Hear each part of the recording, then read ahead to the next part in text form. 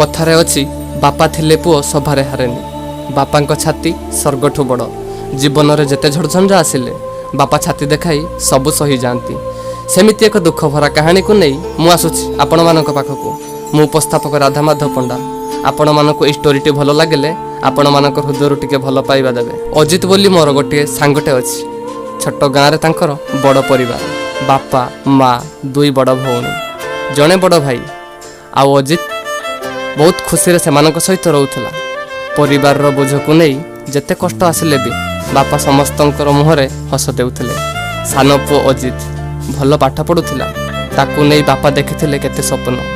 हेले एमिति एक समय आसिला अदिन झड़ परी सबकिछि भांगी देगला।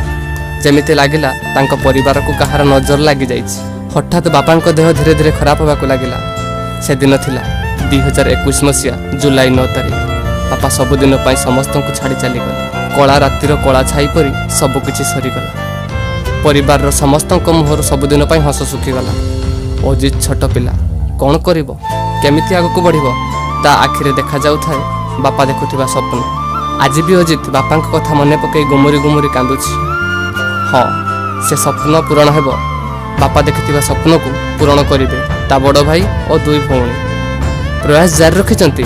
अजित को पढ़ाउचंती। भविष्यतर स्वप्न मध्य देखुचंती। भाई और भौणी स्थिर करले अजित को इंजीनियरिंग पढ़ाइबे। आउ एडमिशन मध्य करदेले। अजित मेस रे रहिला। ता पाखरे मु जितेबेले अन्य पिला मानकर बापा माँ तांको पिला मानक छाड़ीबा को आसंती अजित सबु देखुता। ता मन मध्य बहुत दुख होउथाय। मु देखिछि ता आखिर लुह और ता मन भितर थिबा को रूम रे एका बसी कांदी पकाए। कौन करिबा आउ काहाकु दोष देब ता निजकु ना ता निज भाग्य को। बोधे एहा ही थिला भगवानकर इच्छा।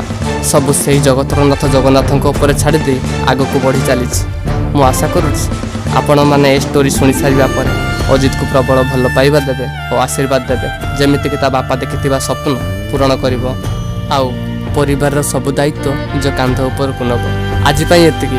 ଯଦି ଭିଡ଼ିଓଟି ଆପଣମାନଙ୍କ ମନକୁ ଛୁଇଁଲା ଲାଇକ୍ କରିବେ ଏବଂ ଭିଡ଼ିଓଟିକୁ ବିପୁଳ ମାତ୍ରାରେ ସେୟାର କରି ଭଲ ପାଇବା ଦେବେ ଏବଂ ଏଇଭଳି ଆହୁରି ମନଲୋଭା କାହାଣୀ ଶୁଣିବା ପାଇଁ ଆମ ଚ୍ୟାନେଲକୁ ସବସ୍କ୍ରାଇବ୍ କରନ୍ତୁ।